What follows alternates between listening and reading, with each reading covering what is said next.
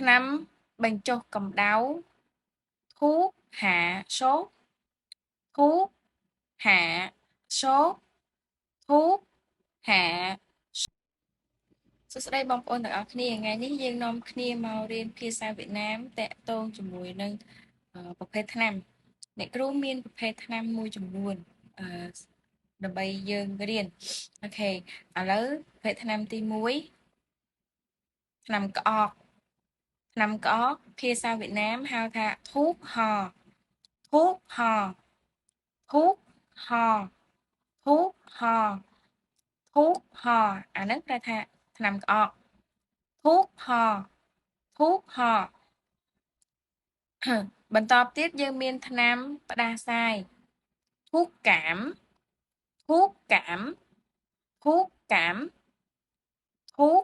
កាមធូបកាមធូបកាមថ្នាំផ្ដាសាយថ្នាំបញ្ចុះកម្ដៅធូបហាសោកធូបហាសោកធូបហាសោកថ្នាំបញ្ចុះកម្ដៅធូបហា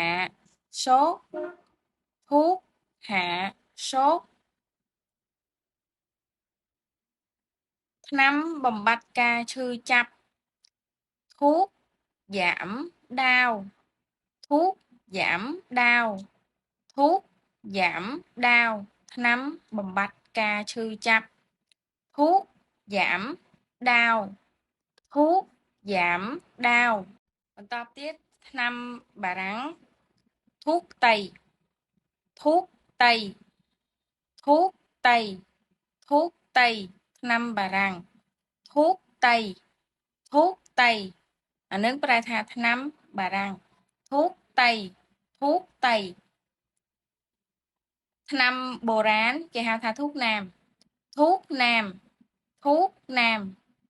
ធូបណាមធូបណាមថ្នាំបុរាណធូបណាមនៅប្រភេទថ្នាំមួយទៀតថ្នាំចិនធូបបាក់ធូបបាក់ធូបបាក់ធូបបាក់ថ្នាំចិនធូបបាក់ថ្នាំបន្តក់ភ្នែកធូបnhỏ mắtធូបnhỏ mắtថ្នាំបន្តក់ភ្នែកធូបnhỏ mắtធូបnhỏ mắtធូបnhỏ mắtថ្នាំក្រពះថ្នាំក្រពះយើងមានពីរថ្នាំក្រពះយើងហៅថាធូបtrị đau dạ dàyធូបtrị đau dạ dày ឬក៏យើងអាចនិយាយថាធូបbao tửក៏បានដែរធូបtrị đau dạ dày ឬក៏ធូបbao tử ធូបbao tử នៅកន្លែងគោសិតតែហៅធូបbao tử ឯងអត់សូវប្រើធូបtrị đau dạ dàyដោយសារតែពាក្យសាមញ្ញយើងងាយស្រួលប្រើជាងធូបbao tử ធូបbao tử ធូបbao tử ថ្នាំក្រពះចំណែកខាងវិទ្យាសាស្ត្រគេអាចប្រើថាធូបtrị đau dạ dày